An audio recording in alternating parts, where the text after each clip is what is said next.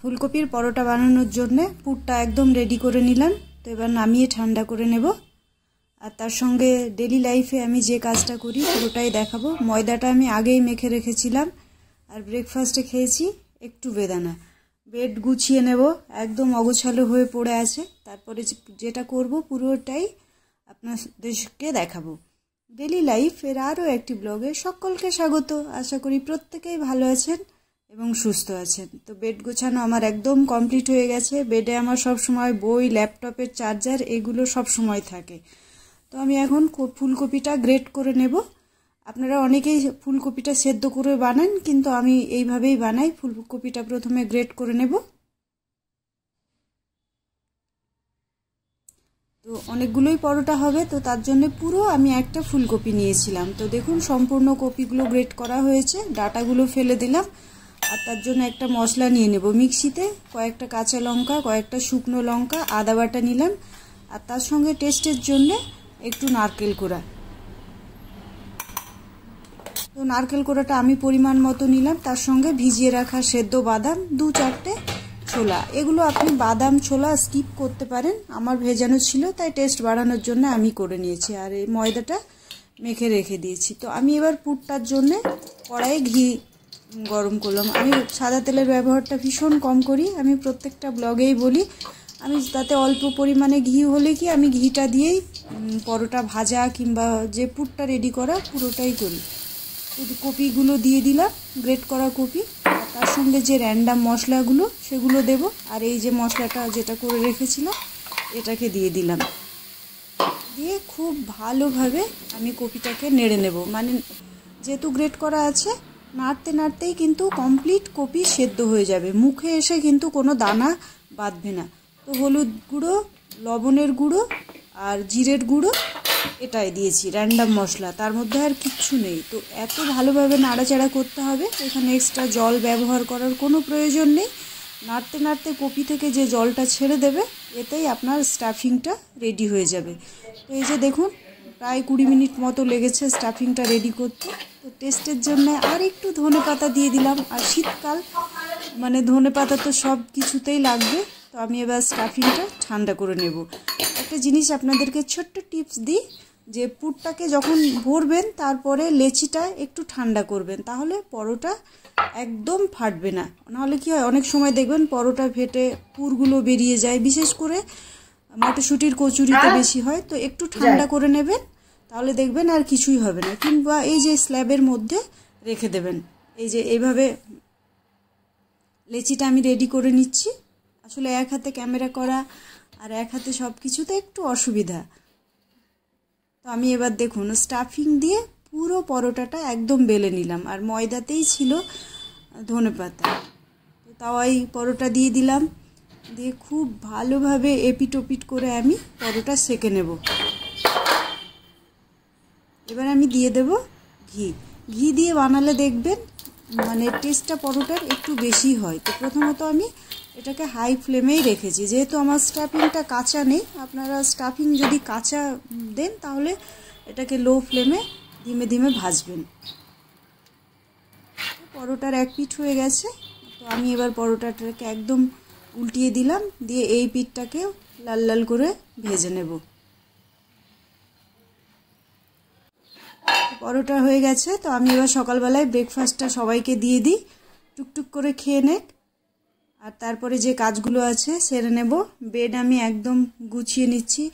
আসলে কি বলুন তো, ব্রেকফাস্ট করি তারপরে আমি ঘরের কাজকাম করি, কেন সবাই বাড়ি থেকে বাইরে বেরোয়, হাজব্যান্ড কাজে যায়। আর এখন একটু কাজের চাপ আছে, আমার ছেলে আছে। বেড গুছানো কমপ্লিট হয়ে গেছে, প্রত্যেকটা বেডই গুছিয়ে নিয়েছি, আপনাদেরকে জাস্ট একটু দেখালাম। দিয়ে আবারও মানে 1 ঘন্টা পরে রান্নাঘরেই ফিরে এলাম। তো আজকে ভেবেছি চিকেন দিয়ে পালং শাক দিয়ে বানাবো। মানে একটা তরকারি, কিন্তু তার মধ্যে অনেকগুলো সবজি থাকবে। ডিমও দিয়ে দেব, আলু দেব, রসুন দিয়ে চিকেনটাকে বানিয়ে নেব। তো আমি এখানেও একটু নারিকেল কোড়া ব্যবহার করেছি। দেখবেন নারিকেল কোড়াটা একটু যদি মিক্সিতে পিষে দেন, সেটা মুখের মধ্যেও আসে না আর টেস্টটা খুব ভালো হয়। তো কাঁচা লঙ্কা, শুকনো লঙ্কা, মানে এখানে একটা কথা বলি, আপনারা চাইলে মশলাটা কম দিতে পারেন। আর আমি দিয়ে দিলাম কিছুটা টক দই। আর মিক্সির জারেই আমি দিয়ে দেব আদা রসুন বাটা, কেন এটা বেটেই রেখেছি, তো ওর সঙ্গে দিয়ে একসঙ্গে মিক্সড করে নেব।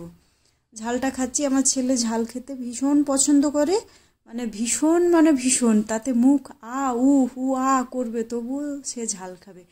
আসলে হোস্টেলের খাবারটা তো নর্মাল থাকে, তাই বাড়ি এসে একটু স্পাইসি খাবার দাবার ইচ্ছে হয়। আর এখন বয়সটাও কম, যখন হয়তো আমাদের মতো একটা এজে আসবে তখন সব কিছুই আস্তে আস্তে বুঝে যাবে। তো আমি এখন মিক্সিতে মশলাটা করে নিচ্ছি। আর ওই যে ওইদিকে আমার মশলা করা ডান হয়ে গেছে, মশলা তো আমার রেডি হয়ে গেছে। আর ওই যে একগুচ্ছের থালাবাটি জমে আছে, তো কাজের মাসি এখনও আসেনি, প্রায় 11:30 বাজতে চললো। তো আমি ভাবছি রান্না করতে করতে টুকটুক করে কাজগুলো সেরে নিই। ডাস্টবিনটা ধোয়া হয়নি, তাই ডিমের খোলা, কপির ডাঁট, ব্রেকফাস্ট বানানোর সবগুলো একটা ক্যারির মধ্যে ভরে রাখছি।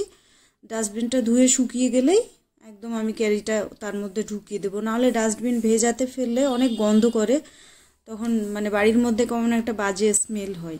আর আজকে আমার এই রকম পালং শাক দিয়ে চিকেন রান্না করার বুদ্ধিটা কেন জানেন? চিকেনের পরিমাণটা ভীষণ কম আছে, মানে এতটাই 5-6 পিস আছে যে সবার হবে না। যদিও আমরা মানুষ 3টে, তবুও 2 পিস করে খেতে গেলে 6টা চিকেন পিস তো লাগবেই। তো ভাবলাম তার সঙ্গে ডিম আলু দিয়ে একটু বড় করে বানিয়ে নিই, ঝাল ঝাল করে, দুপুরটা খাওয়া হয়ে যাবে। রাত্রে তখন আবার রুটির সঙ্গে একটু কিছু কিনে নিয়ে আসবো, নাহলে কিছু একটু বানিয়ে নেব, ডিম অমলেট খেয়ে নেব। কড়াই গরম হয়ে গেছে, গল্প করতে করতে যে তেল দিয়ে দিলাম, আর পেঁয়াজ আগে থেকে আমি কুচিয়ে রেখেছিলাম, পেঁয়াজও দিয়ে দিলাম। আর পেঁয়াজগুলো গোল্ডেন ব্রাউন হওয়া পর্যন্ত তো আমাদের অপেক্ষা করতে হবে। আমি এতে দিয়ে দেব লবণ। আসলে লবণটা দিলে পেঁয়াজটা একটু সফট হয়, আর অল্প তেলের মধ্যে রান্নাটাও হয়ে যায়। তো আমি 1/2 চামচ মতো দিয়ে দিলাম। তো একটা জিনিস খেয়াল রাখবেন, যেহেতু এখানে লবণ কম দেওয়া আছে, রান্নার সময় লবণের ব্যবহারটা কম করতে হবে। আর আমি চিকেন রান্না করতে করতে থালি বাটি যেগুলো মাজা ছিল সব ড্রয়ারে ভরে গুছিয়ে নিলাম। আর কিচেনও প্রচুর মেশি হয়ে আছে, তো আমি ভাবলাম একটু পায়ে পায়ে এই ময়লাগুলো সব ডাইনিংয়ে চলে যাচ্ছে, তার মধ্যে ঘরে বেডে উঠবেই, তো একটু টুকটুক করে ঝাড়ুটা দিয়ে রাখি, তারপরে মাসি যতক্ষণে আসবে ততক্ষণে কাজ হবে। আর প্লিজ আমার পিছন দিকটা একটু অ্যাভয়েড করবেন, কেন কি প্রচুর এখন আমার কাজের চাপ চলছে, তাই একটু মেশি হয়ে থাকে কিচেনটা, বেশিরভাগ সময়ই থাকে। তো রান্না করতে করতে আমার যে ব্রেকফাস্ট, এই যে একটু দই দিয়ে, চিয়া সিডস দিয়ে, 2টো ছোলা দিয়ে আমি খেয়ে নিই। বসে যে খাবো সেই সময়টুকু আমার থাকে না। তো পেঁয়াজ তো গোল্ডেন ব্রাউন হয়ে গেছে, আমি এই যে চিকেন আর আলু অ্যাড করে দিলাম, দিয়ে এটাকে ভালোভাবে, প্রথমে মশলা দেব না, প্রায় 8 থেকে 10 মিনিট মতো আমি নেড়ে নেব, মানে চিকেনটাতে যেন একটু হালকা হালকা আঁচ লাগা হয়। এইভাবে আপনারা চিকেন বানাবেন, খুব টেস্টি হয়। আর এই যে মশলাটা বেটে রেখেছিলাম এটা এবার দিয়ে দেব। তো এই চিকেনটা বানালে ভাত কেন, রুটি পরোটার সঙ্গে অসাধারণ হয়, মানে এটা প্রচুর গ্রেভি হয়, তো চিকেনের পাতলা ঝোল হয় না। আপনারা প্রত্যেকেই এই রেসিপিটা ট্রাই করবেন, অসাধারণ রেসিপি। আমি এটা প্রথমটা না, এর আগেও করেছি, যেহেতু চিকেনের মধ্যে আলুও থাকছে, পালং শাকও থাকছে, সবজিটাও হয়ে গেল খাওয়া। তো চিকেনে আমি জলটা অ্যাড করেছিলাম, কিন্তু সেটা গরম জল। আর এই যে পালং শাকটা সেদ্ধ করে নিয়েছিলাম, তো পেস্ট করে নিয়েছি। আর আমার হাজব্যান্ড ভীষণ পছন্দ করে রসুন খেতে, তো একটু রসুন দিয়ে দিলাম। চিকেনের যেহেতু নারিকেল আছে, তো আমি পরিমাণে কম দিয়েছিলাম তেল, নারিকেলের তেলটা ছেড়েছে। আর পালং শাক বাটাটা দিয়ে নিলাম, দিয়েও খুব ভালোভাবে কষিয়ে নেব, যেন পালং শাকের স্মেলটা না থাকে। আর ডিমও দিয়ে দিলাম, সেদ্ধ করে, ডিম আগে থেকেই সেদ্ধ করে রেখেছিলাম, তো ডিম দিয়ে দিলাম, দিয়ে ভালোভাবে নাড়িয়ে হালকা করে একটু জল দিয়ে দেব। এটা কিন্তু একদমই ঝোল হবে না, তো জল দিয়ে দিয়েছি, ওটা আমার ক্যামেরায় রেকর্ড হয়নি। তো চিকেনটা এবার তুলে নিলাম। তো রেসিপিটা কেমন হয়েছে অবশ্যই জানাবেন, আর প্লিজ আপনারা ট্রাই করবেন আর কমেন্টস করে জানাবেন। তো আমি তারপরে স্নান ধান করে নামাজটা সেরে নিলাম। এত ঝাল হয়েছে, মানে মুখ থেকে কি বলবো, জিভ থেকে জল পড়েই যাচ্ছে। আমি তো খাওয়া দাওয়ার পরেই একদম শুয়ে পড়েছি, যে এত ঝাল, কিন্তু ছেলের ভীষণ পছন্দ। প্রত্যেকেই ভালো থাকবেন, সুস্থ থাকবেন, নিজের